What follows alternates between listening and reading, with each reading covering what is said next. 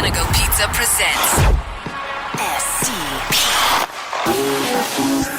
The Steve Dangle Podcast with your hosts, Steve Dangle and Adam Wilde. There's a lot to cover on today's show. Oh my goodness. A lot to cover. We got to talk about Eugene again. Our boy Eugene. Lake Eugene. The huge. Yeah, and you could say the good ship Senator is taking on water. Like we said last episode, but we're going to beat that joke to death. Jesse, have you Googled that yet? That saying? I have not. Okay, that's fine. We also need to talk about the KHL, which we have not spoken about much because after the sanctions against Russia and then the collapsing of part of the world's economy, including Canada's, basically oil-based countries, the KHL's kind of fallen. No, truly. The countries that have currency based on oil, like ours, like Russia's, we've seen a bit of a drop. So KHL hasn't been as much of a threat to the NHL. I just didn't know we were starting with 680 news. Well, hang on. I thought we were on the fan. Hang on. That's down the hall, Adam. This is important, guys. This is important because there's a KHL story that is important enough we need to bring it up. Okay, but as long as we talk about it in a dry and boring way. Absolutely. Okay, good. Yeah.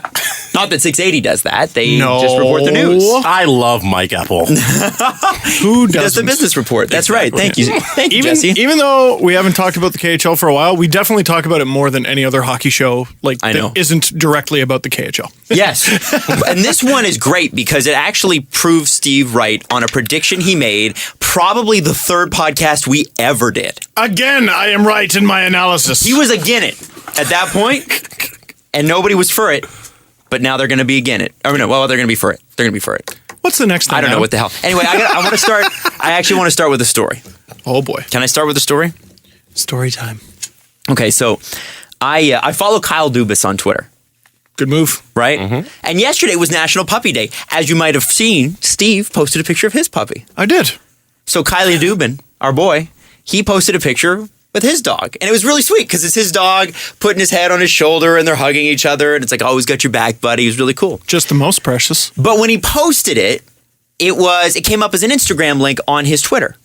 Oh, okay. Which is a rookie move. You do it all the time, but anyway. We'll talk what's about wrong with that? afterwards. So you should just post a picture Post it on Twitter and post it on Instagram. It's 2016. Get with the program. Okay. No, but then you're sending your Twitter followers to your Instagram. Which is what I'm trying to do. Because I have 15,000 followers and I have 8,000 Instagram followers. People don't click that link. They do. You can look at the... People don't click that link. You can look at the... You can look at the analytics. People don't click that Yeah, link. on a Twitter, on a tweet. Okay, Wow. well, if you do look click and that see- link, why? Because they want to see the picture. Because maybe they don't know I have Instagram. Exactly. Not everybody's Steve Dangle. Okay. What are your Twitter and Instagram numbers? Okay, 15,002 on Twitter and like 8,000 something on Instagram. Wow. So are we assuming... Okay, 40,000 on Twitter. Not quite. So are but we almost. assuming those 7,000 people all don't have Instagram? Yeah. I think that. Thank you, Jesse.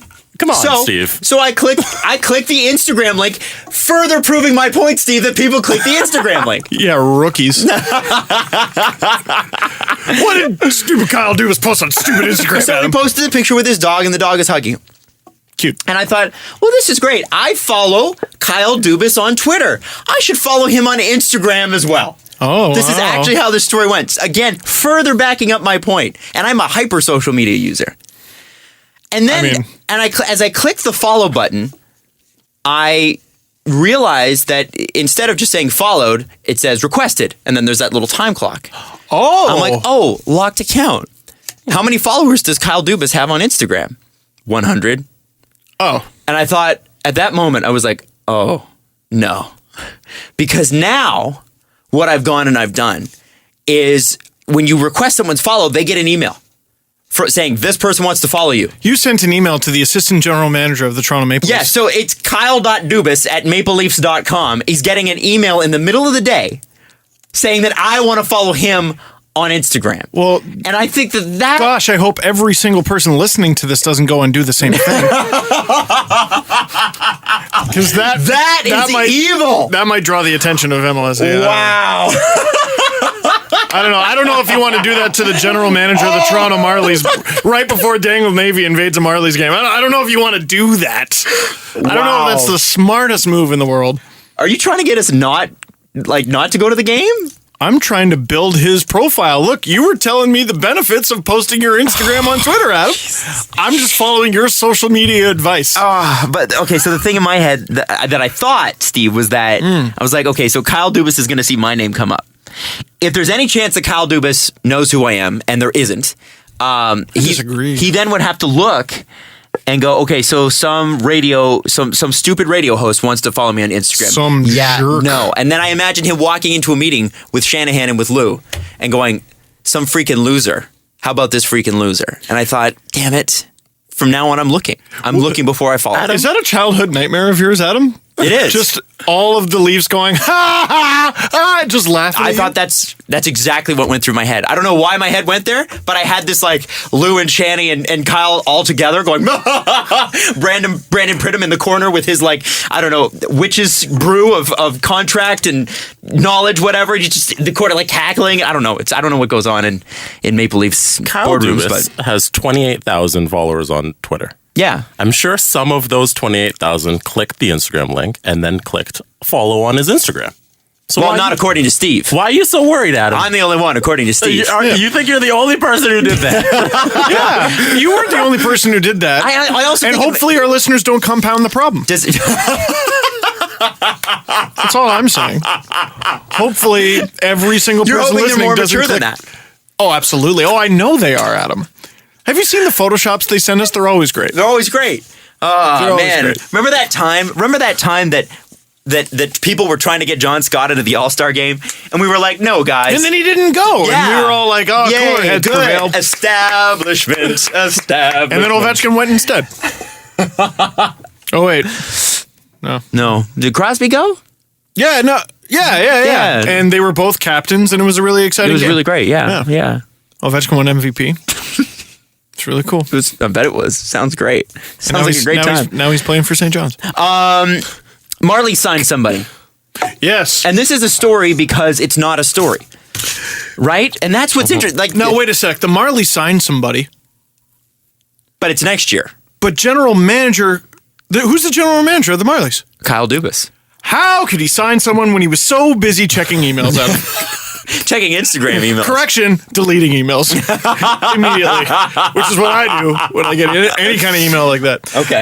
Yes, this was weird, and I'm going to go to Marlies practice unless the weather gets really, really bad. It's Apparently already, it's supposed to tail off. it's already kind of bad. I don't know. Yeah, I think it's going to be fine.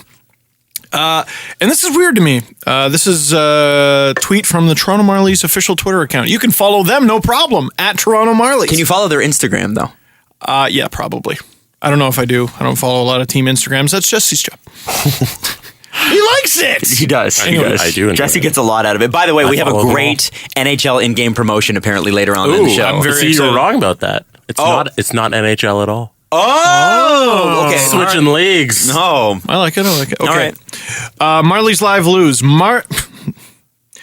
Let's start that again. Marlies Live News. Marlies have signed defenseman Ty Stanton to an amateur tryout and an AHL contract for the 2016-17 season. That's tweet 1. Tweet 2. Stanton captained the Medicine Hat Tigers of the WHL this season. In 67 games, he recorded 37 points. So that's a little confusing to me for a couple of reasons. Why? What? Okay, so I'm Ty Stanton. Why wouldn't I? How sure am I? Like, he must be pretty sure that he's not going to get an NHL contract from anybody, right? Yeah, like, it was just confusing to me that he would sign an AHL deal. Well, I guess if I'm Ty Stanton, I look at it and I go, okay, first off, all the people that are playing on the Marlies right now, not going to be many of them left next year. So Marlies are on D though. fair, Their defense is a little more interesting. but Marlies are a professional team that will pay you if you make it. Because totally. this is a PTO, is it not? It's an ATO, an amateur tryout. Okay, so what is that? What's the difference? Now, this is what I'm going to ask about tonight. Amateur tryout. I think it's because he's not a pro tryout. He's not a pro yet. So if He's still CHL is still amateur. So if the Maple Leafs come to you and you're a guy who has kind of been on the outside looking in, I mean, he's CHL, right? Yes, Medicine Hat Tigers. And they look at you and they say, you know what? We see you as a person who could potentially do something. And I look at their development record recently, as in this year recently. I want to be a part of it. And even if it means starting in the ECHL and going to the Marlies, the Leafs clearly have a definitive system. And the players that they go after, at least in the minor leagues, I mean, the NHL was clearly pump and dump players. I want to be a part of that, even if you're in the ECHL. And also, you get to play in Orlando.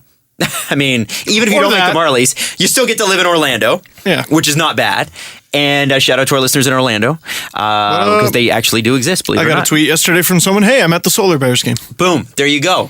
Looking at the WHL standings. Defenseman? Defender, yeah. Looking at the WHL standings right now, Medicine Hat Tigers are pretty middle of the pack. They'll probably get knocked out first or second round of the WHL playoffs. And I think I'll get clarification on this, but I think the ATO is because it's too late to sign him to a contract for this season, but you can still sign him to an ATO. Once his WHL season is done, he'll report to the Marlies, and then he has a contract for next year. That's cool. And that's just another example of them filling up the roster with good people. If you have an ATO, does it mean that you have access to the Marlies training facilities this summer? Barb Underhill, maybe. I don't think the ATO would. I think he would have to get permission from the team. His contract next year would definitely get him access to those facilities. So if he's got a contract next year, that's what I would say. Like, listen, give me early access to that stuff, because then I have a free gym membership. Then I have training and eat, like all the nutritional and lifestyle things that you need to do to be able to play in the NHL. All of a sudden, he's got access to them. Yeah, you know what, Adam? I take back what I said to you earlier. Looking at the Marlies' defensive situation right now, no, it's actually kind of wide open. Connor Carrick will probably not be there, just looking at some names. Do you think he'll be up? Yeah. I don't know. I mean, we'll see what happens with Nikita Zaitsev, but Connor Carrick, I would say, has played his way onto this team. TJ Brennan, who knows if he'll re-sign. I think he might go to Europe or something. Andrew Campbell will likely be with the Marlies. What of Stuart Percy? Mm-hmm. What of Justin Holl, who has an AHL contract and not an NHL contract? What of Renat Valiev? What of James Martin? What of Scott Harrington, who we haven't heard from pretty much all season because he's been hurt? What of, Frank Corrado, I doubt will get sent down. Yeah, that's actually a bit more wide open than I gave it credit for.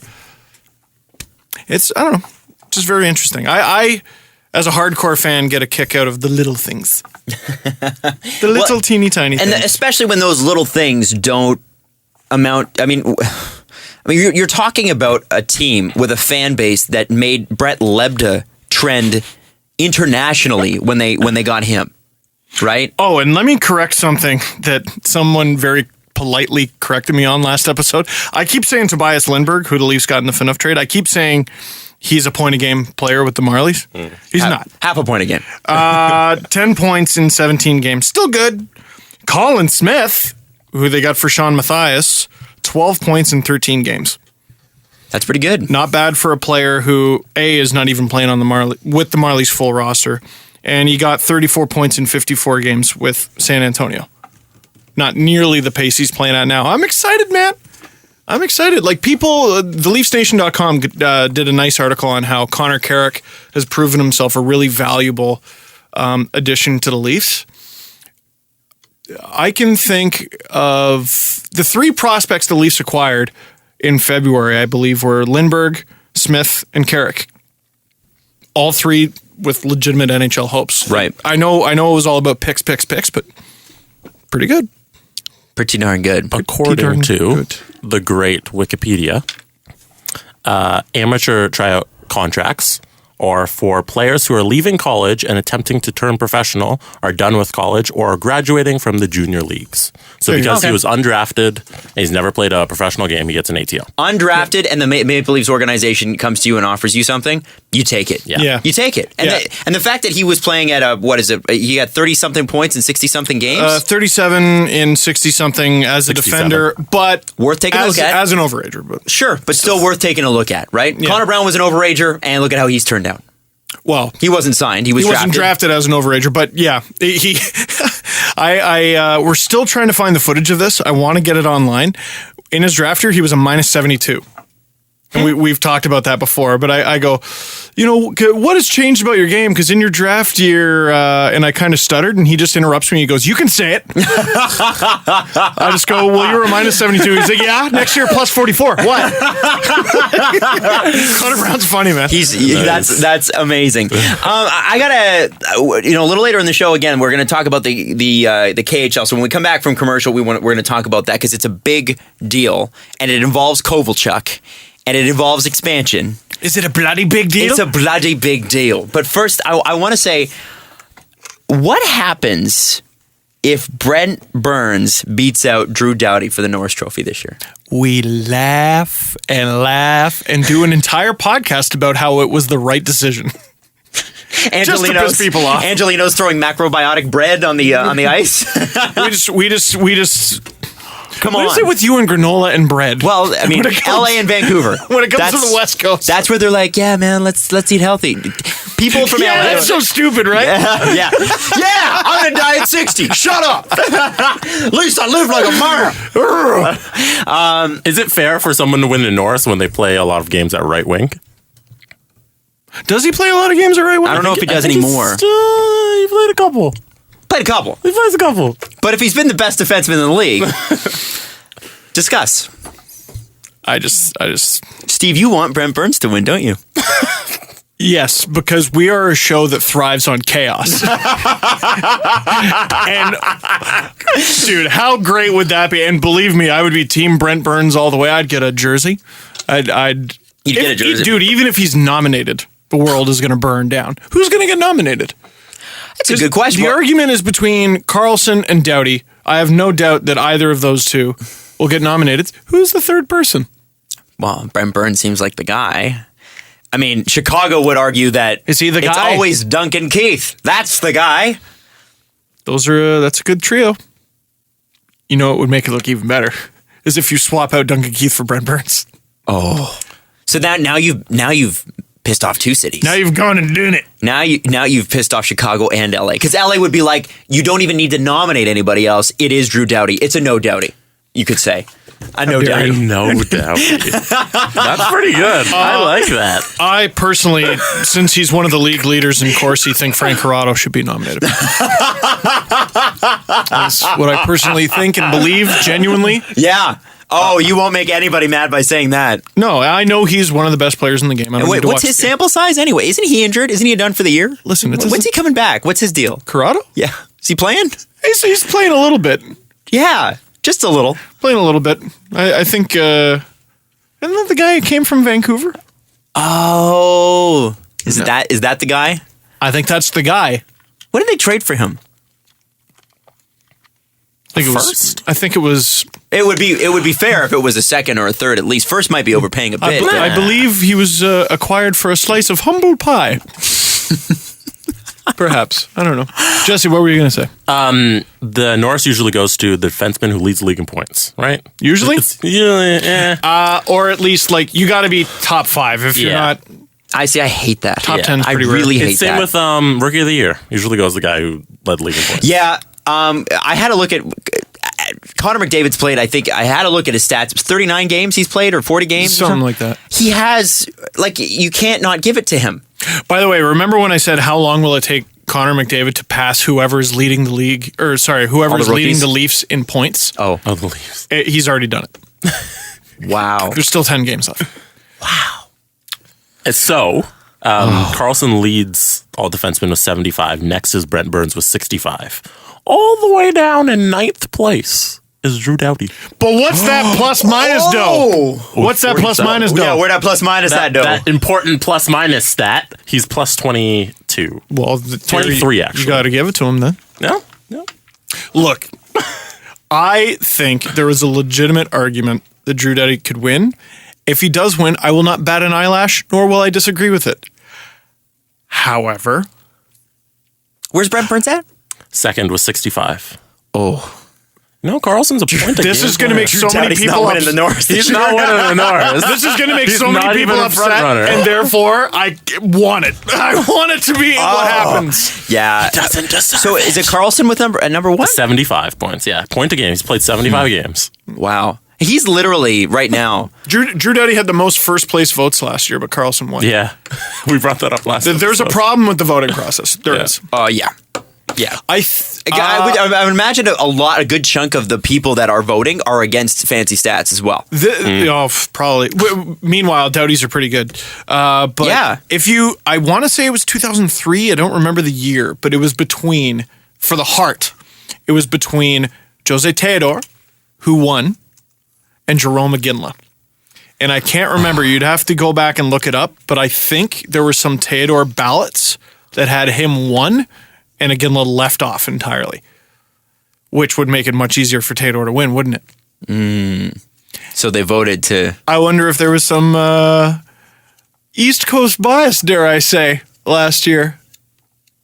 Yeah, and what do you do this year when both of the. I mean, with no disrespect to Carlson, I think the way the Senators have played kind of precludes him from winning.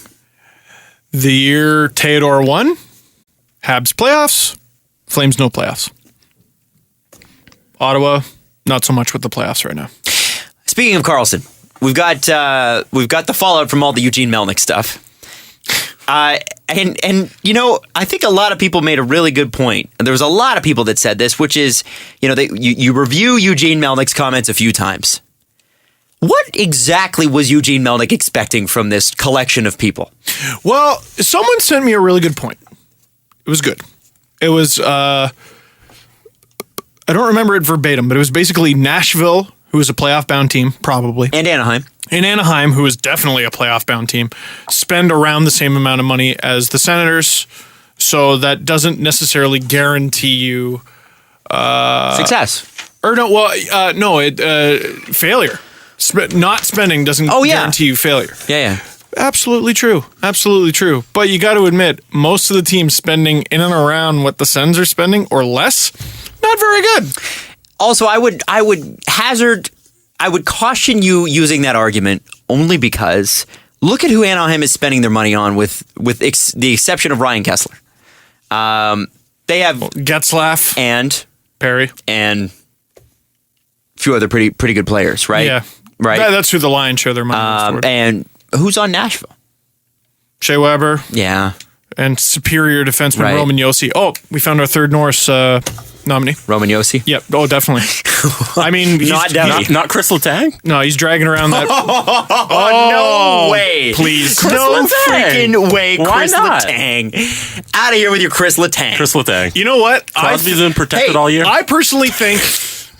Okay, look, Drew Doughty is a right-handed shot, but let's face it, the Norris Trophy, if you look at the definition, it's actually the award that goes to the best right-handed defenseman in the NHL. So we should nominate the three best right-handed defensemen, Chris Letang, Erik Karlsson, and it's a toss-up between Brent Burns and PK Subban.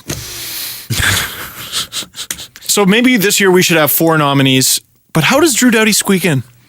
How do we get I him don't in, know. guys? I don't know how you can. I mean, I think you're really reaching if you're going for Drew Doughty. I mean, I met him last year. Like, why am I being this mean? No, apparently he's you know a what? great I'm not guy. being mean to him. I'm being mean to people who Angelinos. can't take a joke. And Angelinos who have flax bread or whatever the hell you said. but I want to contrast what Anaheim and what Nashville spends their money on versus what Ottawa spends their money on. And somebody tweeted this at us, and we missed it last podcast. I said, we got Greening, Mahalik, and Cowan from the Senators. 3 contracts that they absolutely hated, even if they sort of liked the guys. And they still have, you know what? God love Clark MacArthur. That's exactly what I was bringing up. Yes. That's How much? a rough contract. Jesse, I brought my It's laptop today, so it's I will over look it up. $4.5 million till 2018. I know Mark Mathot makes 4.9. What happened there? Clark MacArthur over nothing. No disrespect to Clark MacArthur. Good for you for getting that contract. Dude. But what? We said we'll take David Clarkson on our team. This of course is pre many injuries. David Clarkson. We said we'd take him on our team. 5.75 or whatever he was making. You're out of your mind. Mm-hmm. Connor Carrick, Good hockey player. Have we yeah, agreed? Yeah. Okay, he makes, I think, less than $1 million. Yeah. You take him on your team, right? At less than $1 million? Yeah. Pay him $6 million. No. Is that a deal you now like? No, I do not like that deal. No, exactly. So, what do we got here? Bobby Ryan we brought up as a bad one. He's still producing, but 7.25 for the next forever is pretty rough. Kyle Turris is a good deal, $3.5 million. Mark Stone is a good deal, $3.5 million. Zibanejad is also a good deal, 2.6. Hoffman, you're going to have to pay a lot of money now that his deal is done. But you know how we missed it? The injured reserve. Right. So who else is on that? Clark MacArthur. Just him? $4.65 million for the next 1, 2, 3, 4 seasons. After this? No, 3 seasons after this one, right? Oh, Yeah. After this one. 4. Get out of town. And he's 30 right now. No. That's a rough deal. That's a rough deal. And it's not the worst deal. It's not a good deal. It's not. And I love Clark MacArthur. I loved him with the Leafs. Hated when he left. You are really minimizing this. You mean that's not the worst. That's a pretty bad deal. It's a pretty bad deal. And Mark Mathot, who, remember when he was getting like Canadian Olympic team talk? Yes. Remember that? Yeah, I remember it was like, oh my God, they're going to lose him. How did he go from Canadian Olympic team talk to 3 years left at $4.9 million is a bad deal? Funny how that happens. It was like a 12-month gap. That's why you have fancy stats. No, he does analytics in horse racing, Adam. That's what he said. Ridiculous. Who said that? Mathot? No, Eugene Melnick. He was asked about analytics. So he doesn't like analytics, and he wants to win on a budget. But what did I say last year? Oh, this is a recipe. This is what I said last year. The Leafs, look, the Leafs haven't proved jack yet. Let's get that out of the way. They're still in last place, haven't proved jack. Yeah. Okay? But they got some good young players. And one of the things I praised last show was they did things that teams on a budget typically do. They identified strong young talent in terms of management. I'm talking about Dubas, and they went out and got him. Mm-hmm. They addressed the direction hockey is going, and they went out and they got an entire analytics department, and they can take that research and do whatever they want with it. Sure. They could take it as gospel. They could ignore some of it. You know, just because they have an analytics department doesn't mean they're going to go out and just get rely totally on a it. sea of hashtag Corsi gods. Yeah, marry the two. Marry the two. How the Senators are not doing something like that, it just blows my mind. And there are a lot of Sens fans and Ottawa-based folks that are super into that sort of thing. Well, and that's they're not utilizing it. That's what's crazy is what do you have to pay? When you look at it, it's so expensive to buy and sell NHL players. It's so expensive. Even to get guys in the AHL, you're looking at between 60 and 500 grand, depending on the player. Okay, to get a bunch of guys to do analytics for you. Let's say they make $80,000. Heck, let's say they make $100,000. Well, you're going to want to go with $100 grand. Okay. Because some teams were trying to get away with paying guys, I had heard like 40 or 50 grand. Yeah, well, that won't last. But most of the analytics guys, or a lot of them anyway, need a job that pays them 40 or 50 grand like they need a hole in the head. Yeah, because they're smart. Because they're smart and already make a lot of money doing other stuff. So you can probably give them a little bit of a discount, or you probably get a little discount because then they get to say, I work for the Ottawa Senators, I work for an NHL team. That's amazing. This is why buying Extra Skater was such a smart move by the Leafs. They took the site off the internet, you jerks. So for one fourth line player, you could have 10 analytics guys in your room. You could have a department. You could have 10. That's more than that's 2 departments. That's more than you need. And what I said in the video today is just name the last time management got involved emotionally and it had a benefit. It's always, it's great for the show. It's amazing. It's always great. Because now we have 2 really fun cities we get to watch over the next 18 months. We've finally, we were exhausted by the Maple Leafs and by the Oilers, and the Canucks have always been entertaining. Now they're even more entertaining than they were with Mike Gillis. Like, this is what's crazy. The Canucks really are the gift that keeps on giving. Ilya Kovalchuk and the KHL are going to China. As I predict. Now, why should you care? Why should you care about a league where you've probably never seen a full KHL game? You've probably never even seen a highlight reel from a KHL game. If you follow me, You damn well better have seen a KHL highlight pack. Who was I making them for? Right. But in 2012. But there's a good chunk. There's a good chunk of people out there that have just never seen. They don't. It probably doesn't even factor into people's thinking that the rink size is bigger, right? No. Or that Tim Stapleton was their leading scorer in the KHL for a really long time. He was an all-star. Yeah. I have a card that has a piece of jersey in it, and it's part of Tim Stapleton's KHL All-Star Game jersey. Is it in Russian? No. It might be. Really? I don't remember, dude. Oh, okay. I'll look. I'll bring it in next show. Because you have many cards. I have so many cards. Leather-bound books. Track. And yes, it smells of rich mahogany. So this is a very, very important pivotal moment. Whatever happened between Kovalchuk and my team, SKA St. Petersburg, whatever happened there is going to lead to what could be the NHL's undoing. Now, you might have just gone, oh, to that statement. But one of the first shows that we ever did on this show, first time, I think it was the third or fourth one in. Yeah, because the KHL was still so fresh in my head because I had just stopped working for them when we started the show. Steve, you said a very important thing about the Continental Hockey League and the NHL and China. Well, this is when I was definitely much more pro KHL. There was at one point I was somewhat brainwashed and thought the KHL would challenge the NHL. I don't know if that's necessarily true. However, what I said all the way back then is whoever gets to China first will win. And the KHL is there. Now, just because they have a team there doesn't mean it's going to be any good. Doesn't mean it's going to have any success at all. But it might. And what if it does? Well, and you might as well take your shots, right? You think, they're talking about moving, they're like, well, maybe one day we'll have an NFL team in London. Maybe one day we'll have an NHL team in London. You should be thinking Beijing and Hong Kong and all the other Shanghai, all those major city centers in China. That's where you should be going. Where there's kind of 1 point whatever billion people. 2 billion.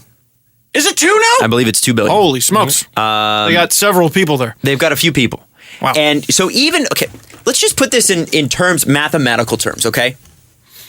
If our strongest suit, math. There is, okay, 2/7 of the world's population live in China.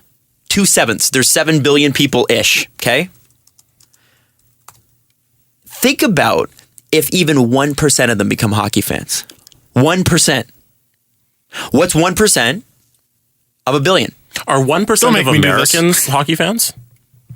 That's a really great question. What a great question. I don't know. Jesse. So, based on the ratings, it's yeah. No. Okay, what is it? 350 million in the States. Yeah, what's 1% of 350 million? Is it 3.5? I don't know. 3.5 million. Yeah, I think there's more than 3.5 million hockey fans in the States, at least passively. Okay, what Is about that what about math? 2%? I have no idea.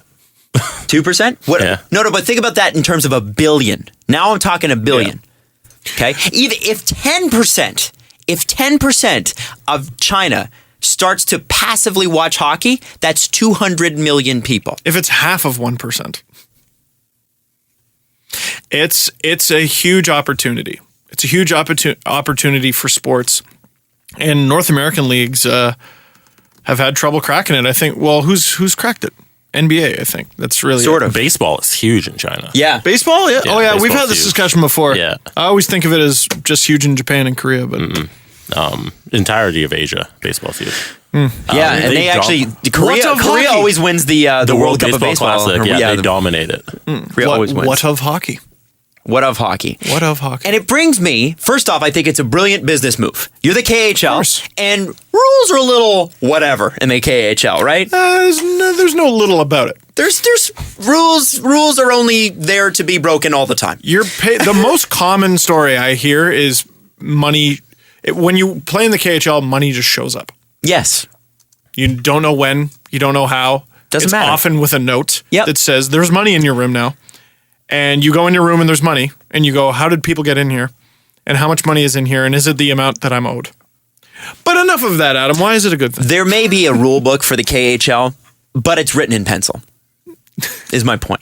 And then you take, arguably, worldwide, the KHL's most marketable superstar, bona fide Kovalchuk. NHL superstar, bona fide KHL superstar, disgruntled with his team, and you put him on the new team in China. And what happened to that huge Ilya Kovalchuk Coming to the NHL North thing. American return? I want to know how many bajillion quadrillions of dollars Kovalchuk is getting for this. Oh, all the bajillion quadrillions. I bet you it's a lot. I bet you it's quite a bit. I wonder lot. if he's the highest paid player in the league. Maybe. Maybe. Probably. I think he already was, wasn't he?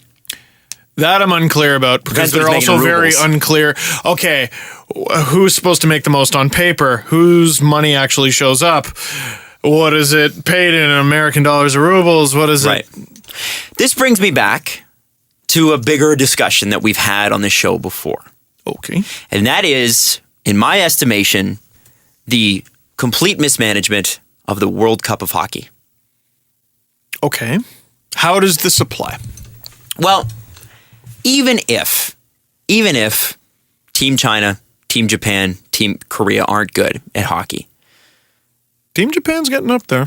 they are. They've got a Certainly couple on the kids, women's side. and you can actually see there's some highlight reels. Some kids in Japan who can do some crazy stuff on the ice. Ice hockey Yeah, is growing I in saw- Japan. I saw- What I was think I that saw kid's that name? vibe. He was unbelievable. It started with an A. We've all seen it. Yeah, it's We've all amazing. seen it. He's nuts. He's like 11 years old. Even if you don't have great talent, great depth of talent in those countries yet, China can ice a hockey team. There's 2 billion people. Somebody there can skate. Japan can ice a hockey team. I want to say it was someone from some NHL team. Like they've had people from North American leagues there training players. Yep. There's Yep. interest. Yep. Korea, Interest. Japan. Japan has a league. Japan as a league. This is my point. How do you make a World Cup of anything and you don't include Asia? That's my point. It's something that we really haven't talked about before, but you're talking about the most populous area on Earth. That's Asia. How do you not include them and you call it the World Cup? There's a link from Sportsnet, November 6, 2014. The kid's name is Aito Iguchi. And we'll post a link. I swear we'll actually do it this time. Okay. And if we don't type in 11-year-old Japanese hockey prodigy, because you know me, But I might not do it. To my point, guys, how do you have the World Cup, the first one in how many years, Long time. and you don't have an Asian team? Even if you were going to do some of Asia, like you did some of Europe, Team the some best of players Asia? from Korea, Japan, and China, how do you not do that? How do you not include them? And you can scoff at the idea that, well, they'll get destroyed. That's not the point. That's really not the point. It's really not the Well, point. their point with the World Cup was to showcase NHL players. They were To who? They were even reluctant. Countries that already follow hockey? They were reluctant to include KHL players because Well, they want to showcase. but this is the problem. What a great damn point from Adam. You're catering to the people that already like it. the people that already watch. and you're underserving them. Now, devil's advocate, Okay. is the NHL strong enough in hockey countries? Like we just... I think they pay We attention. think, okay, Czech Republic, there's a hockey stronghold. I think they How pay- much of a stronghold is it? They may Just pay- because they have a good team doesn't mean it's a stronghold. I think that they do. I mean, Yager is a superstar there. I think they pay attention to their players. They may not love a team. There may not be a team for that particular area or that particular country, but I think they pay attention for sure. Absolutely. I mean, we've got British and Australian listeners. Think about that. That's pretty cool. Right? When was the last time a British or We Australian, have Australian guy? guests. Yeah. When was the last time an Australian guy played in the NHL? Has that ever happened? There is an Australian-born player playing, I believe, for the Hershey Bears. Nathan go. Walker. There you go. Yes. This is business-wise, this was really, really not an intelligent decision. You look at anything else that calls itself the World Cup, you mean? Yes. Yes. World Cup, great idea, but you look at any other sport. NBA, if they did it, and they normally don't. They sometimes they They have the FIBA World Americas, Yeah. World Championship, whatever. So they have a World Cup. the run through FIBA. Olympics also mostly count. You've got FIFA doing soccer or The football. soccer can. Yeah. And you can do and baseball can. Why can the MLB organize one and be a part of it? and have Major League Baseball players playing in it. And by the way, the MLB players lose because they don't play like a team like the Koreans and Japanese do. Crazy. Well, with baseball, it's a bigger sport than hockey. Sure. And they have their qualifying for the WBC in Japan. Like they have an Asia division that all the Asian countries compete in over there. This is Adam's point. And then they come over here. This is Adam's point. So thank you. They can exactly. totally do it. Why did we not do that? I don't know. Where is the person at the NHL head office going, guys, this is where the future is? Have you ever heard about the fact that, eventually our kids are going to have to learn English and one of the Chinese languages? Because there's a couple. I've heard that. But I believe Mandarin or Cantonese. Yeah. I mean, that's what's going to happen. It's just rule of numbers. What are we doing? What are we? I say we. We're not employed by the NHL. What are they doing? Look, the World Cup is going to be a great tournament, exciting tournament. I'm going to watch it. However, it shouldn't be called the World Cup. No. Because it's not. Exactly. Okay, Team World. You can make an argument. I guess I get it. What on earth is Team North America? Especially when Canada and the States are in it. You've included. It's not the World Cup. World Cup? You've included 2 continents. You know what the tournament should be called? Hey, look at all these great players. Okay, so That's what it should be called. The World All-Star Games. If the tournament wasn't called the World Cup, would you be upset about it? If they called it the NHL Stars Classic or whatever they want to call it. Then they couldn't sell it Not because as it would much. be a glorified All-Star game. Yeah, and but as a tournament. And that's why they're calling it the World Cup. I think in Toronto you could sell it in a second. It's hockey. Not a whole tournament. Look, we're getting away from the original topic, which is this is huge for hockey. It's huge for the KHL. And I think this is something they've been cooking up for a long time because they have 2 teams that Andre used to joke. They're basically in Japan. They're in East Russia, but they're so incredibly far east that they're basically in Japan. So they've been looking at Asia for a while. There's a team in Amur. Or no. They're called Amur. Khabarovsk, I think, is the city. And that's where really strong... The team is called Amur Khabarovsk and home of the Amur Tiger. I know about that because of the Toronto Zoo. I don't know if they're extinct, but they're very close. Okay. And Admiral... Animal Facts with Steve. Admiral Vladivostok. So they're in Vladivostok. Bless you. And that more than Khabarovsk? I said both times. Oh, okay. Khabarovsk and Vladivostok. And what was the Chinese team they were talking about? Beijing? I don't remember. I'm looking at it right now. Like, what if down the line, and this is way down the line, but what if you could create I don't believe a they named the team multi-league network in Asia? Yeah. In Eastern Europe and Asia. Tell me that China and Korea and Japan wouldn't want to be a part of the World Cup of hockey. Or the World Cup of anything. Yeah. You know what? China likes to win stuff. I don't know if you've seen the Olympics lately, but they're all about it. They're all about winning. They're all about placing first in pretty well everything. The American listeners might have something to say about that. True, but they do very well in the medal counts. I just think that this is a massive opportunity missed, and the World Cup could have been the thing that anchored hockey, and instead we're going to have a KHL team there instead of an NHL product. Devil's advocate, what if, some people in China get really into the KHL team, okay? They get really into it, and they get really into hockey, and they go, I want to learn more about this. And, there's another league. And, a lot of hockey fans, most hockey fans, in fact, say it's better. How can I follow that? How can I follow the National Hockey League, I think it's called? Mm-hmm. Does the NHL maybe get some accidental benefit from this? Is that what you want? Is the NHL? Do you want accidental overflow, or do you want?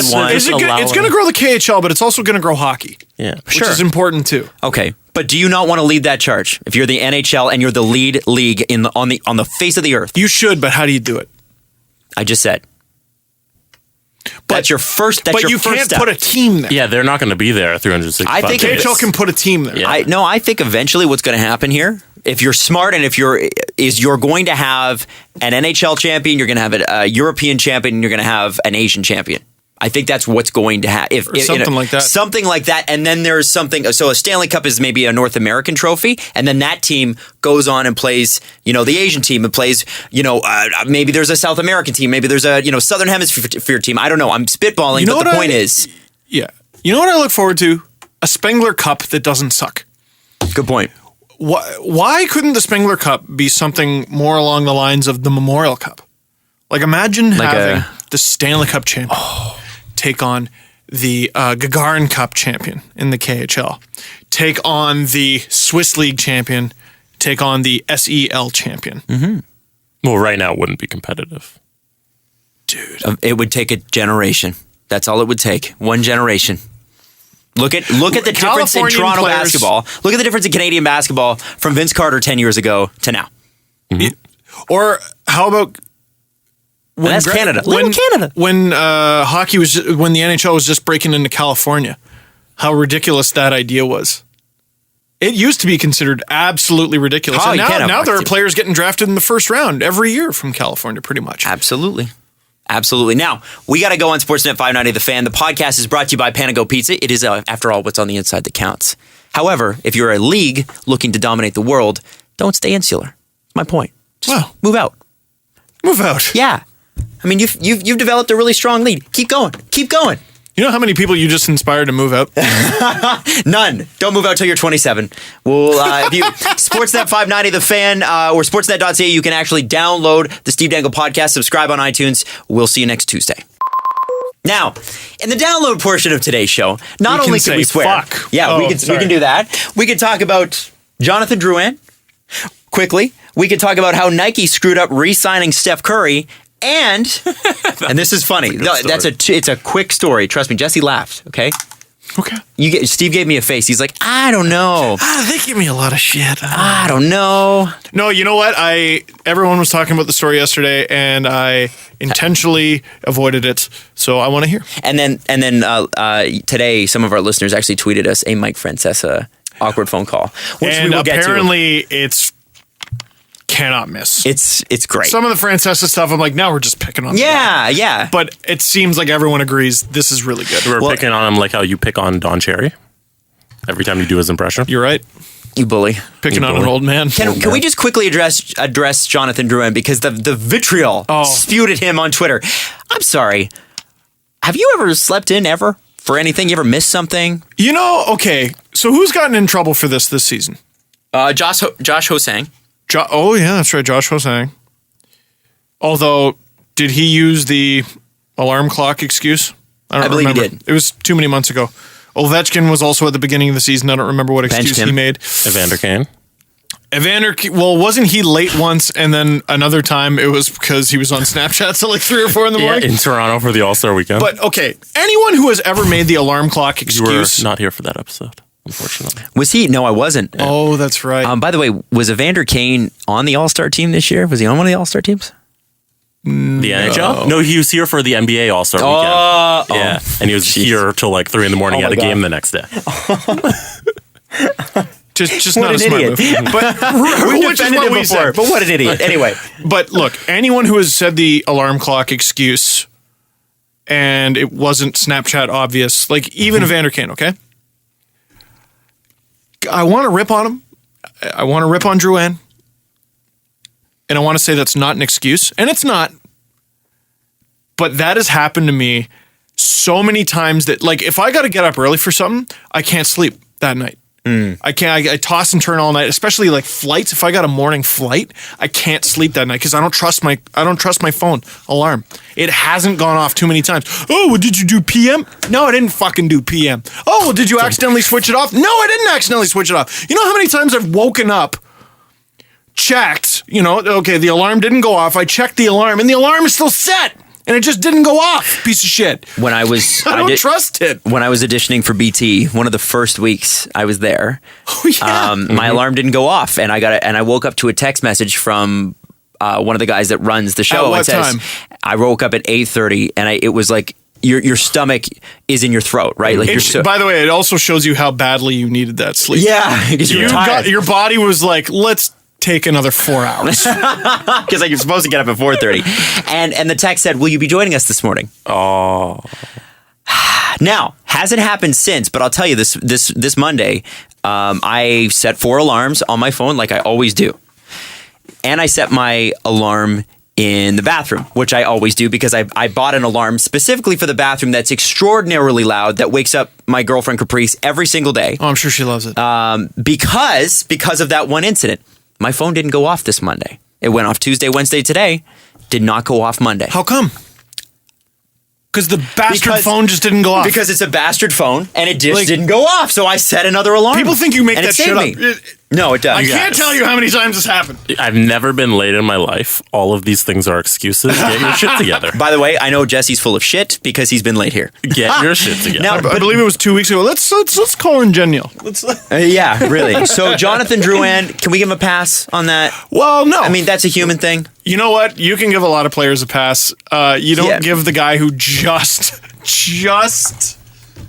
rejoined the team. Yeah. And he's been playing well, but if you're Jonathan Drouin, can you not pay a buddy to call you? But what if the buddy's alarm doesn't go off and he's not able to call you? And then what if your alarm doesn't go off too? It's Seinfeld, but True. It's I don't know. You know what? Sometimes you can maybe give him a pass. Jonathan Drouin he's on Who Wants to Be a Millionaire with no lifelines. Too bad. It doesn't matter that your dad knows the answer. You can't call him anymore. You already used your phone a friend. It doesn't matter. I will say this. If he was in a hotel, or if you are ever in a hotel and you have to wake up, get the friggin' wake-up call. Amen. Get it? Amen to that. Although, if you're a person who really needs to get up, get an alarm clock, get your phone set. Don't look like a psychopath when you set your alarms at night. You need to. Don't rely on that call either at a hotel, because I've also made that. They haven't called? I've had that happen, and my phone didn't go off, and I missed a flight out of Washington, D.C. I went to the wrong effing airport, by the way, because there's 2. Oh, no! That's I haven't done that I went to Reagan, and it was Dulles, and I'm like, Dulles? What the hell is this? And the guy literally was like, "You've never heard of Dulles? Have you ever seen Die Hard?" And I was like, "I haven't." So I hadn't seen Die Hard. Apparently Dulles is a part of that. Was it Die Hard? I don't know. Anyway, that was the first question the cabbie asked you? No, it wasn't the cabbie. It was the guy on American Airlines who was like, "You've never seen Die Hard?" I am from Dulles. Yeah. You may remember us from a movie that wasn't real. Anyway, yeah. So, yeah. Anyway, so now I'm aware that there's Dulles. Don't rely on that call. Get 3 alarms if you can. I want to talk quickly, and this is a non-hockey story, but it's really great because I think it shows the progression of an athlete who nobody believes in. Ooh. And what it's like to be at a professional level and be pretty damn good and still have nobody take you for real. Because really before this season, unless you were a hardcore basketball fan. Before last season. Well, before last season too. You're right. You won MVP. You're right. Yeah, absolutely.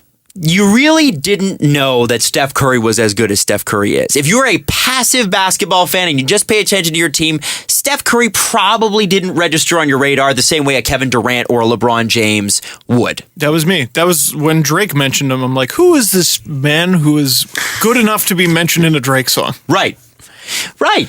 And you can't be faulted for that. That's just humanity. So Nike. Look, I pay attention to a lot of sports, okay? One brand that you apparently can fault for that is Nike. Interesting. Nike had Steph Curry up until a couple years ago. Now, Steph's father, Dell, who played for the Raptors.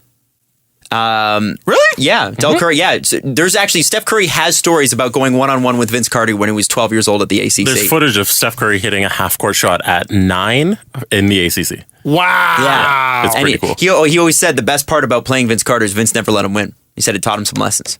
Ooh. Which is brutal because Vince Carter's at the top of his game.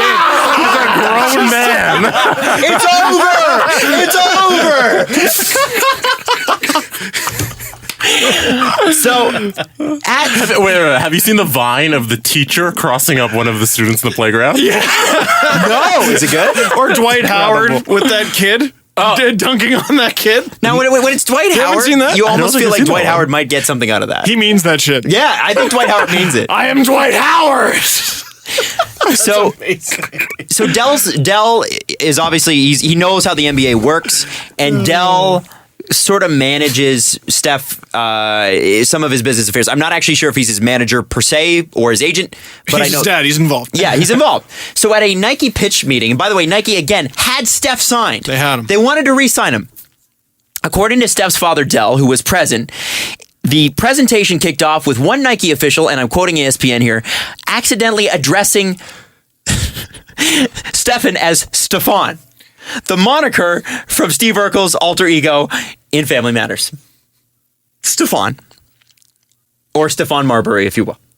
I heard some people pronounce his name wrong before, Dell says, so I wasn't surprised.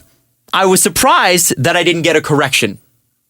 Nobody corrected him. Oh. So there's a Nike guy giving the presentation. He calls him Stefan. It's Stefan, clearly, with an E-N, and nobody corrects. That sucks. Then it gets worse, because it's a PowerPoint presentation. The PowerPoint slide featured Kevin Durant's name. Presumably left on by accident, presumably residue from repurposed materials. So they just use the same. They use the same generic slides, and they just swap out the athlete's name, and they're like, "We forgot to remove Durant." But somehow they forgot to remove Durant. How long is this presentation that you can't get that? $1 billion company. What is this? If I know Nike, so this is a very big story. This is big. Yeah, This is big. Who publishes? That's ESPN. They talked to Del ESPN? Curry. yeah. Okay, Nike is all the aware of this story, and if they weren't in the past and hadn't dealt with it in the past, I can bet they're going to kick someone in the ass today. Whoever that was doesn't work That's at Nike. easily that's easily traceable. Oh, yeah. Yeah. Now, because I have some experience in this world, was it necessarily someone at Nike, or was it someone at an ad agency? Well, then that ad agency no longer works with Nike. Probably not. It was. But you're right. It might not have been Nike. A decision of that magnitude would probably go all the way up to Nike, but it might not have. You have to think. I'm just saying. It might not have. If this is an NBA player that you are looking to re-sign, somebody who represents Nike, who works for Nike, even if you're hiring an outside company, somebody is there. Someone you're giving the same presentation you gave Kevin Durant. Somebody from Nike had to be there. Somebody from Nike. So Under Armour picks up Steph Curry a couple years ago, and now he'll probably win a second MVP in a row. If he doesn't win MVP this year, then the NBA MVP doesn't mean anything. He'll get MVP. Yeah. Now, here's something that school teaches improperly. What do you need to pass a course? Most courses. 51%. 50. Even 50, yeah. Although you could some- argue it's in the second half, the bottom half of the thing grade, so it should be 51. But anyway. Yeah, the rumor is if you get a 50, that means you failed, and the teacher is signaling that you got a pity pass. Even if you got an actual 50, the teacher will bump you up to a 51 to be like, you earned this. My math marks. For example, I got a 50 in grade 10 math. My teacher just didn't want to see me again. I tried to calculate what my mark would have been, but I sucked at math, so I couldn't. 10,000%. Yes. So that's what you need to pass. I've heard of courses where it's 60%. I've heard 70. I've even heard as high as 80. Mm-hmm. It's not until you graduate university or college or even high school. It's not until you get that piece of paper and you're in the real world that you go, oh shit. Like, how many classes would you have been so stoked to get an 80 in? Every one of them. Except for writing. Writing, I was almost a guarantee I was going to get it. Now, that presentation that they gave to Stephen Curry. Mm-hmm. Stefan, how many, let's say that presentation in school would have got you an 85. Yeah. No 85s in the real world. 85s you got 100% it. Like, those are two relatively small things. Oh, they mispronounced his name with a common variation of the name. Mm-hmm. And oh shit, there was another project I was working on and I accidentally left something in from the other product. That's a 95 project that you got 0 on. And why? Because after those two mistakes that Steve so beautifully rounded up to support your point here, Steve, Dell said, after those two things, I stopped paying attention. Word for word, he said, I stopped paying attention. Real world, baby. And in the article, they also mentioned the man who ran the meeting. Oh, no! By name? And his name is Nico Harrison. Oh, no! Do you know what his current job is? No. He is Nike's vice president of North American basketball operations. And he declined to be interviewed for this article. Oh, because... In a shocking move. So, Oh, man. ESPN Good luck, reports Nico he has Harrison. spent the last 48 hours getting kicked directly in the dick by every superior he has. Oh, my God. Wow. at the time, he was the sports marketing director, so he clearly got a couple of promotions. Wow. No. Wow. Oh, and everyone who gave him a promotion. Oh. And imagine he brought his team with him. I'm taking you guys to the top. He's one below president of Nike basketball operations in North America. He's one step below. Oh, that's... He may be several. Yeah. Oh, that's... Maybe several as of now. We don't know where he is now. That's as of the writing of that. Yeah, I mean, we don't know where he is. Now, I would think that Nike knows this. They must know this. They must have known this and were like, you're bad, and that's bad. But unless they said anything. Yeah, I guess you could maybe not mention that. I guarantee, like, here's how it probably went. Oh, do you think he cared about the Durant thing? No, it's probably fine. And that was probably the end of it. So Under Armour making piles of money off Steph Curry. Steph Curry, I hope Steph Curry's making bank off Under Armour. Although I think he signed. I'm sure he is. I hope he's doing okay. He deserves it. Yeah. He deserves to be the Who's highest looking paid. out for Steph Curry? Well, Steph Curry deserves to be the highest paid athlete in North American sports right now. Certainly one of them. Yeah. Certainly one of them. Now, probably isn't because baseball, but That's exactly Second where I was to going. Frankie Corrado. that's right. Shall we talk about Mike Francesca now? I'm so excited. Okay. And after this, well, first off, I should say skatetogreat.org. It's a wonderful organization. As Jesse fixes the camera, makes sure that. Okay, we're shushing. Because we use an There you go. SLR camera, they're only allowed to record till 30 minutes because of some stupid law in the States. If they want to record for over 30 minutes, they have to be legally a video camera or a camcorder. What? Would classify them as something else. So Who made that a rule? Right. So we have to continue to reset the camera. I was watching Hockey Wives last night. Shut up. It's a good show. Apparently it's great. I was watching Hockey Wives. When they show the players practicing, they blur the fucking logos. Well, that's Who because makes that decision? the NHL wants to get paid for that, you see. They say the Leafs every 4 seconds. What that's saying. But they can't show Daniel Winnick in a Leafs logo. Well, you know, wouldn't it be just smart for the NHL to brand themselves? Okay, I will say this. I remember What working... is the benefit of I remember blurring? working in a Canadian city. I worked in 2 Canadian cities with NHL teams, okay? Canadian cities with NHL teams that I've worked in. I've mentioned them both on the podcast. One of them is the one I've listened to. I've lived in, that I currently live in, okay? All right? I'm not going to mention the other city right now. But I remember in the other city, because I remember in the other city, we couldn't take pictures and post to those pictures to the website of us in that team's particular jersey. Because as soon as we did, the team would get on the phone, call us and say, take them down. Because you're not paying us to use that logo to support your brand. Now, I don't know whether that's the same now or not, but that was, and I'm going to say alleged phone calls that management continued to get. from Nico Harrison. It's brain dead. It's brain dead. But that's it's so brain dead. so short-sighted and so foolish. Like I don't not get it. I don't implicating get anyone directly. how adults think. I don't know. I don't get it either. I'm 28. I can't keep referring to other adults as adults. Let's talk But about Mike what the- Francesca, what our the favorite fuck? adult. Our favorite adult. Yes, sorry. He is our favorite adult. Now, this call, normally when we have Mike on, when Mike joins us on the show, Mike makes us laugh because Mike is there's nobody like Mike on the world, on the face of the earth. And I don't know if we've mentioned this yet, but Julie Stewart-Banks, friend of the show, has said she really, really likes Mike, and he helped her out a lot. Yeah. So now I've got to the point where I feel a little bad for the way we talk about Mike Francesca. So this call has to be really, really good. Listen, Mike is free to take any of our bits, play them on his show, and make fun of them. He is. We would welcome that sort of publicity. That would be Holy shit. incredible. What a big break for this show. So, Mike. We got this show. Making fun of me. A bunch of jokers. So this is different from any other time that we've run Mike Francesca because it's not his fault. It's a tire fire, but it ain't his fault. Okay. Yeah. I'm very interested. So you're going to take a listen. Mike does bring on callers on his New York radio show. This starts off with two New Yorkers talking over each other. Mike and the guy from Queens on the phone. And what happens when two New Yorkers are talking over each other? Neither of them shuts up. That's a very... You got to make a decision. I'm going to be the guy who trucks through this, or I'm going to be the one who shuts up. But if you're a New Yorker, your decision is always, I'm trucking through this one.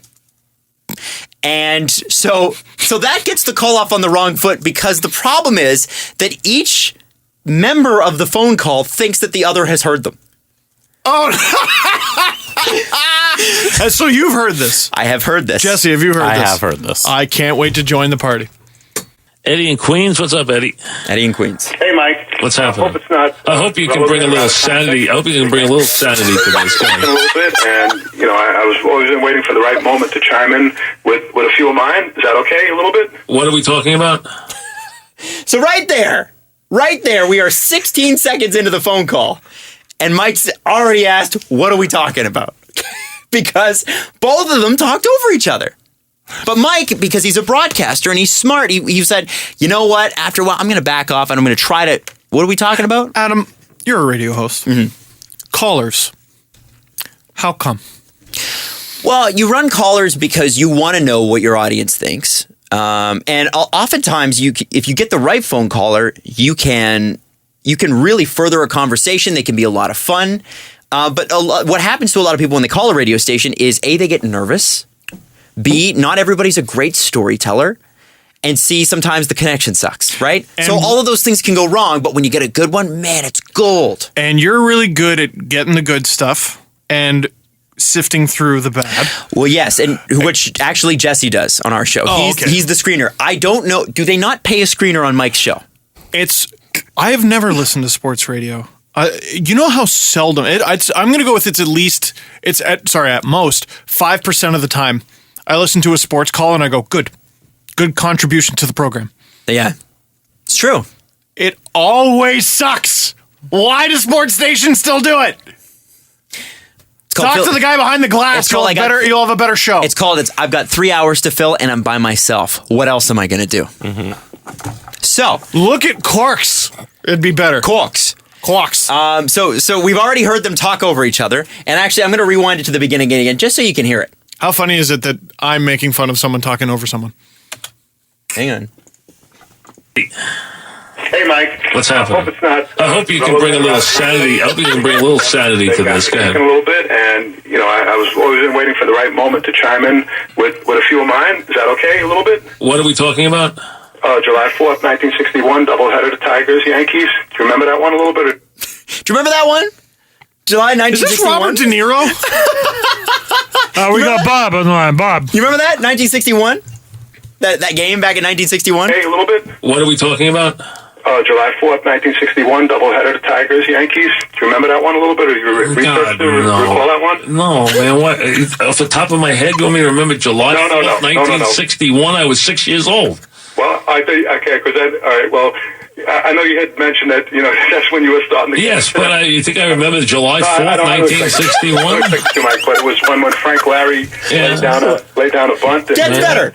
Ninth inning and the second game of the doubleheader at the stadium. And I don't know, just wondering if that, even historically, looking back, if that would ever... What's the point?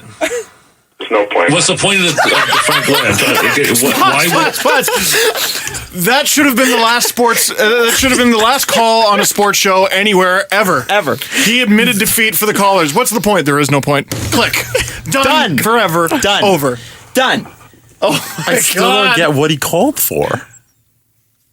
Well, that's the thing. Mike Francesca on. I think he's on in the afternoon. I think he does the afternoon drive show, yeah. So what's great about this is that this guy is calling. He's like, this is doubleheader. It's Detroit, whatever, and it's in 1961. 1961. Like every Seinfeld character ever called in. Yes, absolutely. Now, Mike's going, okay, all right. Now, you can hear him sort of groan like, Come on, man. How am I going to remember some doubleheader from 1961? We got a shitty one today. He's justified. He's justified. I heard Bob McCowan. It was a couple days ago, I think. And there was one of those awkward pauses and the niceties and talking over each other. And Bob just goes, talk. That's all he said. It's why take college? Because why bother with the niceties? If you're a producer on a radio show, you tell them, here's just actually what you say. First time, long time. No, you cut that out and you say, don't say hi to the hi to the host. Don't say and it's not to be mean, it's just get to the effing story. Hey Bob, here's the blah blah blah blah blah blah blah that I wanted to talk about. Boom, you're in. If you say, hi, how are you? Good. Oh, hey, yeah, first time caller, long time. If you're dicking around at the beginning of it, it's boring radio. So anyway, let's continue. And I don't know, just wondering if that, even historically looking back, if that would ever. What's the point? There's no point. What's the point of the Frank Larry? I'm trying to get. Why would you want to bring that up? Well, you were recalling the Yankees. No. Why? Wait. Listen. I'm trying to give you a chance to bring it all. Wait a second. Bring it all together. Why? What is memorable about it? They were in a heated pennant race with the right, but it was only July 4th. But go ahead. But they're in the pennant race at July 4th. They were a great team that won 100 games and didn't win the pennant. We know that. Okay, but what's the point of that game? There's no point. I just wanted to share with you, Mike. That Frank Larry laid a bunt down. It was an important part of my life, Mike. Wait a second. Wait. Then tell me about what was the point? I'm missing the point. Okay, maybe. All right. Well, we'll leave it at that, Mike. Okay. What is the point? I'm trying to give you a chance to explain it. Mike, hang up. The point is that you had mentioned 1961 as right. That was important in your life of the Yankees, now, and it was an important part of mine too. Eddie, I'm trying to give you. I'll give you one more chance before we say goodbye. What is important about the game? It was important to me. It was important. Right, but what is important about that single game? What happened? What happened was that it was I'm feeling uncomfortable, Mike. Now I'm going to split. Okay. Well, that was 3 for 3. I guess he's had some bad callers before. Now that was the saddest thing. Mike's like, but what is it? But what is it? Like, what do you want to talk about? Okay, so Frank Larry or whatever, who has two first names, Frank Larry. That's actually his name. Laid down a bunt. Okay, heated pennant race, but it's only July 4th. Okay, best Tigers team of all time not to make the playoffs. Okay, but why is it important to you? Yeah, well, it's real important in my life. Were you there? Okay, now we got a point. What was it like being at a Major League Baseball game in 1961? Were you watching it on TV for the first time? Did you have to wear a suit? Was it color TV? Was it black and white? What? Yeah. Did you have a color TV? Did you get Peanuts and Cracker Jacks like the song? Did anyone on your block have a color TV? And if so, did everyone gather at their house? What was the community like back then? Anything. All he said was, yeah, this game where a guy laid a bunt, which, by the way, the least exciting play in baseball. That's the game you're going to choose that's important. It's not even a good tweet, let alone a phone call. No, it's not even a good tweet. My favorite, Patrice O'Neill, bless his soul, he's dead. But he was talking about... you mention that every time. I know. Well, because I'm bitter. I'm bitter that he's dead. Every time Steve brings up Patrice O'Neill, I'm just so sad that he died. No, anytime he brings up anyone who's dead. That's like if somebody has a mole. It's like, he's got this big mole. Don't you wish all the people that you liked who are dead were alive? Yeah. Well, but we get it. We get that you like Patrice O'Neill. All right, Adam, you know what? I'm feeling really uncomfortable with this. But you see what the caller did there? He kind of reversed... our boy in Pittsburgh. What's his name? Why can't I remember? Mark Madden. He reversed Mark Madden. Oh, really? I'm uncomfortable. You're not even going to get my answer. Bye. Click. I'm splitting. Yes. No, but the Patrice O'Neill thing was a heckler yelled something out at him. Okay, he was yelling at him, interrupting the show, and he tried to make a joke, and it wasn't even funny. The heckler. Oh. And Patrice O'Neill's response was, "You see how hard it is? Like to just get up here and like try to be compelling for like an hour. You couldn't even do it for one heckle." Yeah. Like Mike Francesca, for all the crap we give him, okay? Is compelling. He's still not just some old man they picked up off the street. He's got to go on the radio and try his damnedest to be compelling for 3 hours. A lot of people can't even do it in a phone call. Not 3 hours, by the way. How long's the show? He is on from 1 p.m. to 6:30. Oh my God. The fuck? No way. So there's a reason there's a lot of bad content. He's got to fill 5.5 hours That's every day. insanity. Yeah. Dude, how could I'd you do dump that? my Pepsi too, or Coke or whatever it was. Every once in a while, yeah. You dump a Pepsi. I would have so much dead air and just surf online. That is I'd be a just lot. like him. 5.5 mind. hours every day. 5 days a week. That's a good idea. WFAN. That is not a good idea. Radio shows should be 4 hours and nothing. Dude, you're like taking away like an opportunity for someone. Well, yeah, but it's Be on also New York radio. Remember, That's a long time. remember that it's radio, and remember that it is. They want to have. Well, they only want to pay one person rather than two.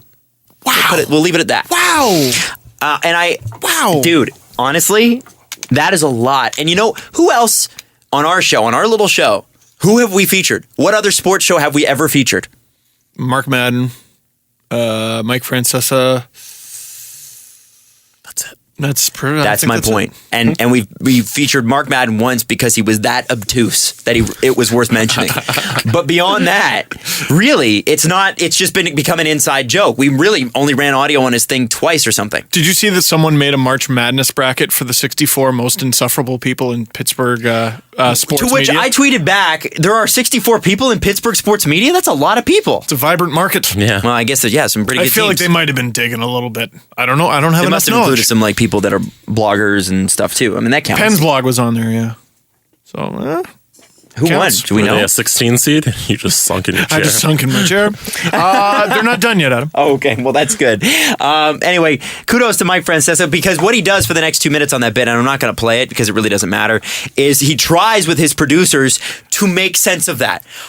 They start rhyming off facts about the Detroit Tigers, how they won 100 games, didn't make the playoffs.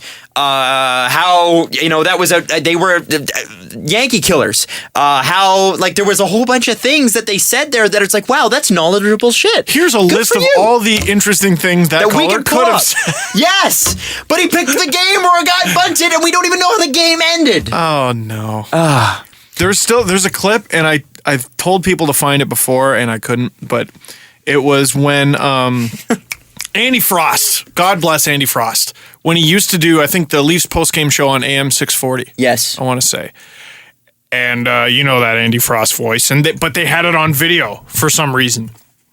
And this caller calls in and is like, the Leafs should do a trade. They should trade Travis Green. Trade him for who? That Thornton guy. Well, I don't see how getting Sean Thornton would really help the Leafs at this point. Or maybe it was Scott Thornton. I don't remember. And he goes, no, the other one. They were on the Bruins. Joe Thornton? And you just see him go, and just hang up and go, all right, sir, good luck with that. Like, It's my favorite phone call of all time to the Fan 590. Sportsnet 590 fan, sorry. the Dangle dial every day? No, that of course. It was the trade Connor McDavid for 7 random players trade. The proposed 7, which is the birth of Joe from Burlington, I believe. And that just says it all. Now, what I love about I feel bad about that guy. Yeah, he's been relentlessly mocked. We have no idea who he is, and he has no idea who we are. What I do love that we have a podcast because you actually you have to seek us out. Mm-hmm. It's hard to just stumble upon one. We're not just broadcasting to your car. Yeah, and so because of that, we get the people that are smarter than us a lot of the time, and I like that. Or smart as. And listen, it doesn't take much to be smarter than me, okay? So if you're smarter than me, don't pat yourself on the back. How dare you? But, we get people who are very knowledgeable about the game. So it does, when we get the tweets and stuff, like I bring up that, the reason we ran that Mike Francesca bit is because 3 people tweeted it at me.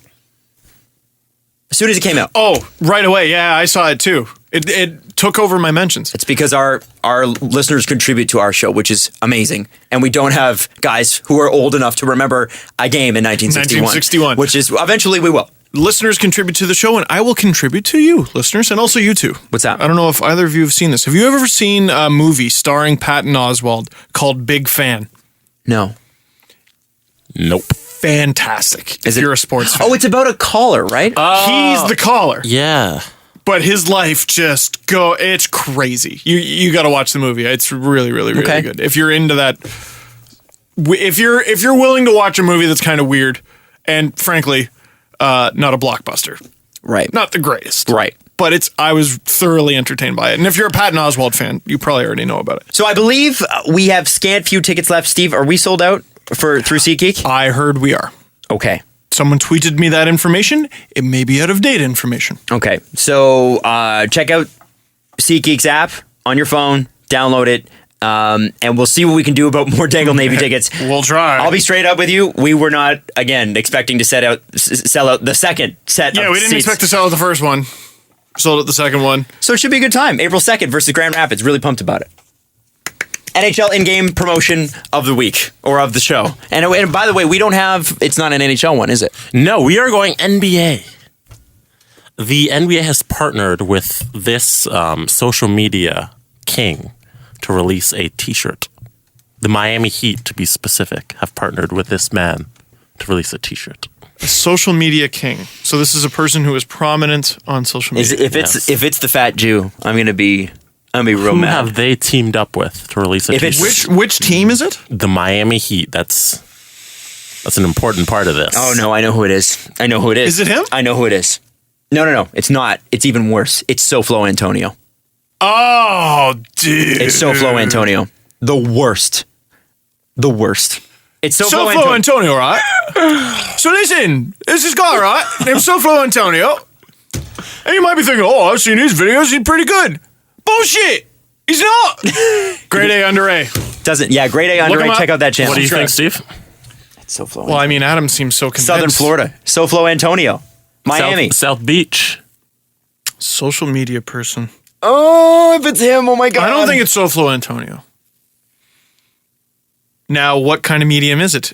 I'm thinking, see, I want to say Vine, but all the Viners people are from California, aren't Yeah, they are. Most of them.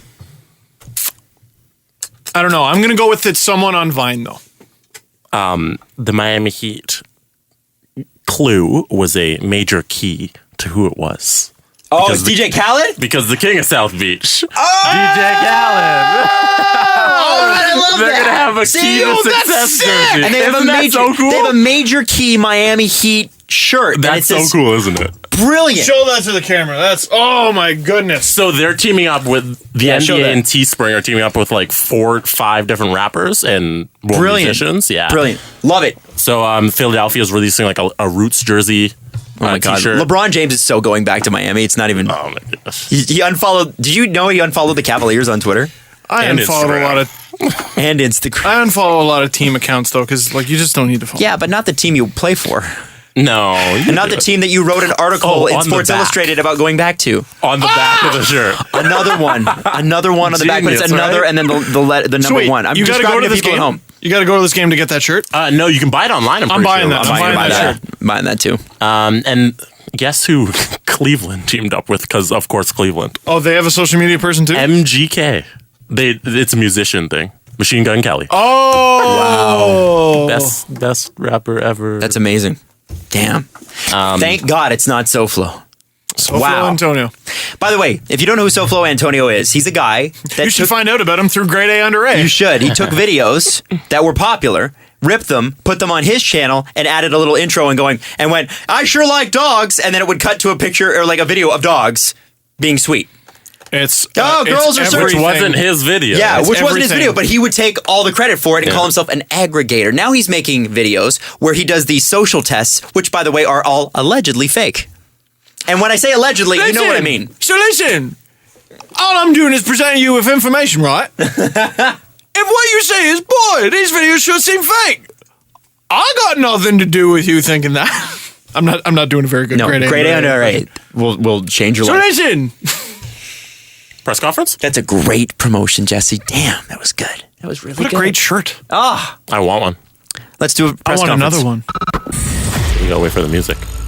Oh, Gotta play. So if Reimer, this is for Adam apparently from No, Gerard. no. I asked Twitter this time, so I shout can- out Twitter for all the replies. I can just go away, apparently. Hockey Night in Panago. If Reimer goes to Calgary in free agency, isn't that the same situation as Toronto, where the team isn't ready to have a $4 million goalie? Yes. Did you not suggest that Reimer should go to Calgary? Yes, but you're suggesting that Toronto and Calgary have the same management. And I know Brian Burke a lot better than I know most managers in this league as a fan. And he's the president. He's president. A lot of Flames fans seem pretty happy with Brad Treliving, who was the GM. Mm-hmm. Who, made the Chris Russell trade. Who, by the way, was in Toronto scouting players. Again. You know... no, but before Reimer was traded. I want to say her name is Leah, who listens to the show. Leah. Hi, Leah. I'm just going to guess. Leah. I wonder if there's more than one. She said, if you look at the Flames, really what's been holding them back is goaltending. If they address that, they could be in the playoffs in no time. I think she might be right. She might be right. Second question for the both of you. I did it again. What's happening in your chair? I keep sticking my ankle under it and making myself go. Oh. How do you guys think we should address the alarming rate of bee deaths on a global scale? Bees are dying out at a crazy rate right now. God. And how do you guys think we should address this? Thoughts? Release all your bee drills out of captivity. Agreed.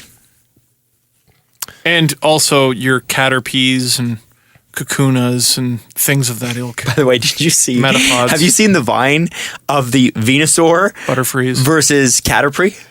No. So what someone did is they took a frog and they put a little flower on top of the frog, and then they took what are the little? They're not. It's not a worm, but it's something just like a worm. They're caterpillar. Not a caterpillar, but they're smaller than that, and they're white and they're gross. Millipede. No. Silverfish. Are they maggots? Maggot. Somebody took a maggot, little maggot, and put it in front of the frog, and the frog had the Venusaur flower on top of it. So the frog hops forward, eats the caterpillar. It's like, that's rude. I thought it was really funny. I think there was one of them. It was like literally, it was like Caterpillar versus Venusaur, real life. So I click it, of course, and it's a brilliant vine. The first thing I thought when you told me that is that's the stupidest thing ever. And I can't wait to watch it. Oh, you're looking this up after, right? Oh, absolutely. It's amazing. I'm like restraining myself by doing it after the show. Yes. But I can barely do that. Steven has a question for Steven. Oh my goodness. How many pictures Hold on, are you sure it's not Stefan? I'm sure. It's spelled with a V. Okay. All right, we got a question from Kevin. Let's go. How many pictures of Iggy did it take before you got the right shot yesterday for National Dog Day? Oh, like a ton.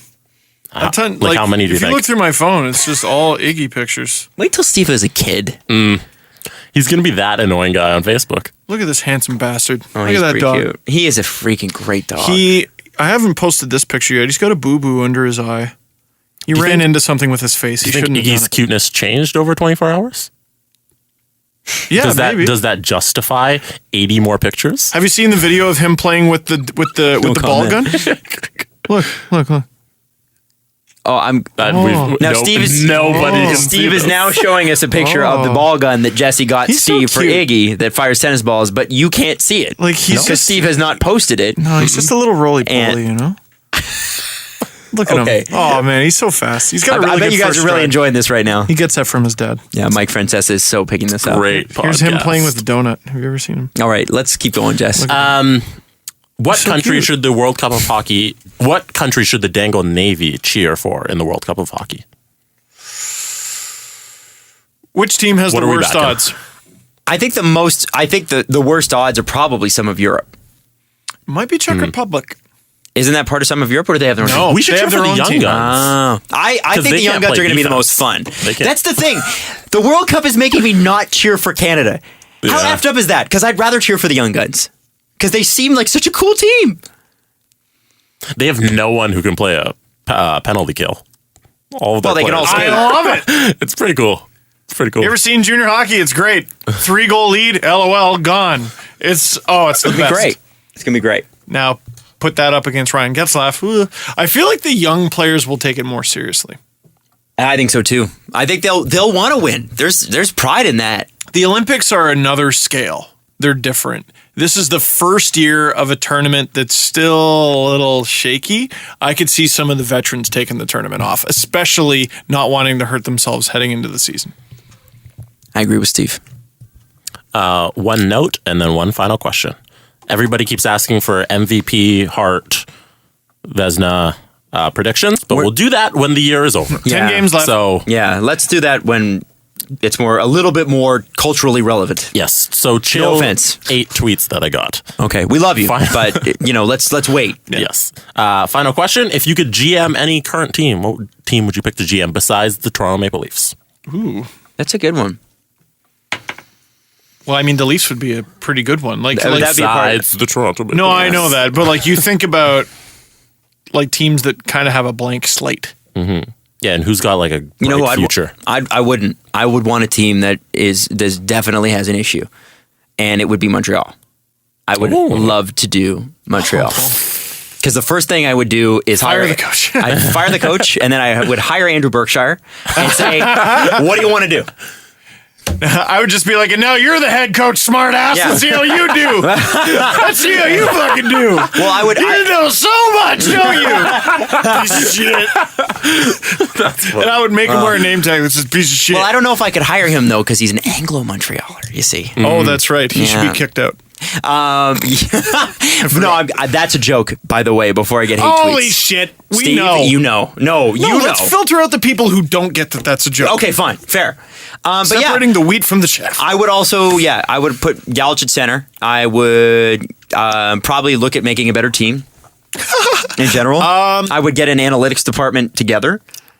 There's a lot of things that you could just do in Montreal that are basic things that require no skill that would make them better. And a key for you, you get to spend to the cap. Very cool. So I can make some bad deals. Steve, who are you picking? I am going to go with another Canadian team. I think I know where you're going. Ooh. Oh, shoot. I think I know where you think I'm going, and I should have gone there. Okay. But I'm going to go somewhere else. No. Let's write it down. Adam, who do you...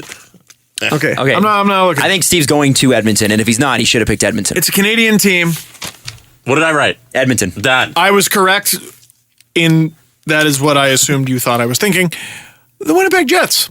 Ah, interesting. The lowest end of You want to be miserable all year living in Winnipeg. Shit, I didn't think of that. What, as opposed to living in Edmonton? There's a little bit more to do I'm in miserable. Edmonton. I've already moved out of the best city in the country. There's a little bit more to do in Edmonton. Like I'm. By the way, guys, just to clarify, like far better than any of your cities. Like just infinitely better. Just to do an Adam Wilde clarification. It's like first place and far down. You're like, you all might as well be last after that. Right. Yeah. Anyway, so the Winnipeg is an extreme city. It is minus 40 in the winter, plus 40 in the summer. It's great. Don't they have like an awful mosquito problem too? They do. Here's what I know apparently about trucks drive Winnipeg. down streets and they fire off like anti-mosquito stuff at night. What? Yeah, it's crazy. That sounds. I don't know if they still do that, but I know that they did that until recently. That sounds like some sort of dystopian future where bugs So are I taking over the tell world. you what I would do then, knowing this information, I would fold the team and move it back to Atlanta. Steve just setting all the fires today. No. What I would LA's do? gonna hate you. Winnipeg's gonna hate you. That's fine. So they spend, I think, the least money in the entire league. I would like that challenge, but also they don't really do anything. Like, other than the Evander Kane trade, which was huge, they don't really do much. That was Kevin Cheveldayoff's first trade. Like, exaggerating? Or No, ever. Really? First in-season trade, I believe. No. Yeah, I'm almost 100% on that. It might be in season. Is the First- Because I know Qualifying they that. acquired Yuri Talusti at last year's deadline and then proceeded to do nothing but with him. But Yeah, it was like that was the first time he'd ever made a trade.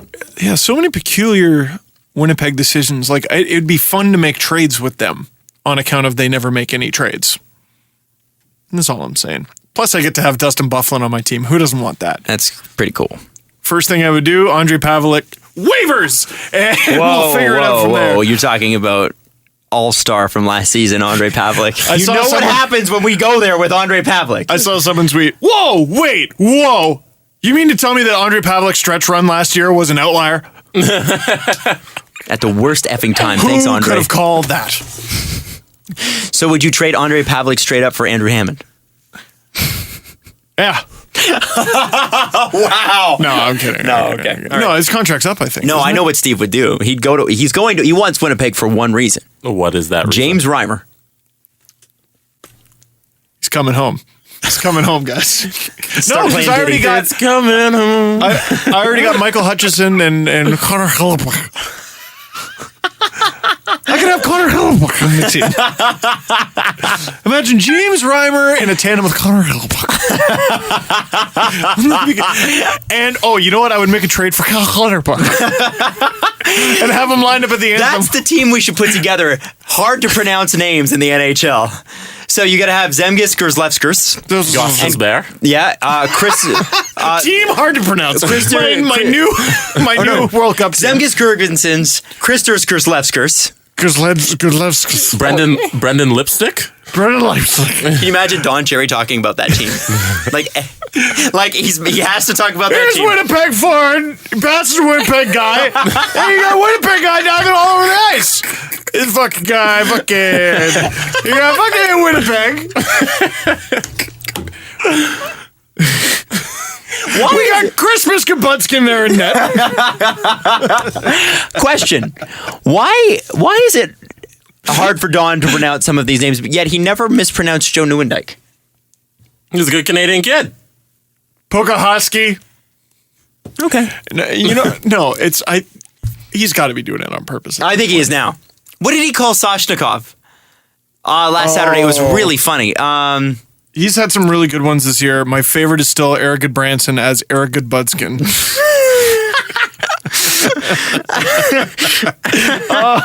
Goodbudskin. That's the most Canadian way to handle that name. Hey, it's Goodbudskin. Canada's favorite brand of potato. Goodbudskin. If I had a bar in who would be on that team? If Goodbranson was playing on my team, and I own a bar, I would have potato wedges called Good Spudskins. Good Budskins. Or, but potato like the Good Spudskins. Oh. Get it? No, Adam, now you're skins. complicating it. You're complicating it. Good Spudskins. I think that's that's a home run. That's a dinger. That's true. Now, we need team hard to pronounce. Hard to pronounce. We need team hard to pronounce. Asterisk, you can only have a maximum of 2 Latvians. Because you can't just have a team full of Latvians. That's cheating. Well, you'd have Grzelewskis and Gergensen. Grzelewskis. Ekman Larson isn't hard to pronounce, but if you say it fast enough, you could probably screw it up. Now, are we doing hard to pronounce in general or hard for Don Cherry to pronounce? Because he would struggle with that because there's too many syllables. Right. Gostisbehere has to be on there. I think Kulemin and Grabowski. Can Alex Ponikarovsky come out of retirement? Be good. Pokahusky. If Jason Blake was Russian, he would screw that up. Yeah. There's some. I know there's names. We're going to have people tweet us for sure. Oh, it'll be. Please send me a screen cap or whatever of team hard to pronounce. Yes, please do. And we will try to read it on next show. I can't wait for the next Olympics to come around. By the way, I think we're only a couple years away. A couple months away from Rio. Go not drinking water. Yay, Rio. Oh, yeah. Oh boy. Flint, Rio. Jesse. Stop picking on Flint. Jesse. Okay. Jesse. Okay. Steve, I love you. You do that so well. I tried to do that with Caprice last night. She wasn't having it. She was like, okay. If Jesse doesn't want to contribute, it will be $5.25 a person. Hey, we're out of here. We'll be back after the weekend. Hey, if you celebrate, happy Easter. If you don't celebrate, happy long weekend. If you're not having a long weekend, get a better job. Wow.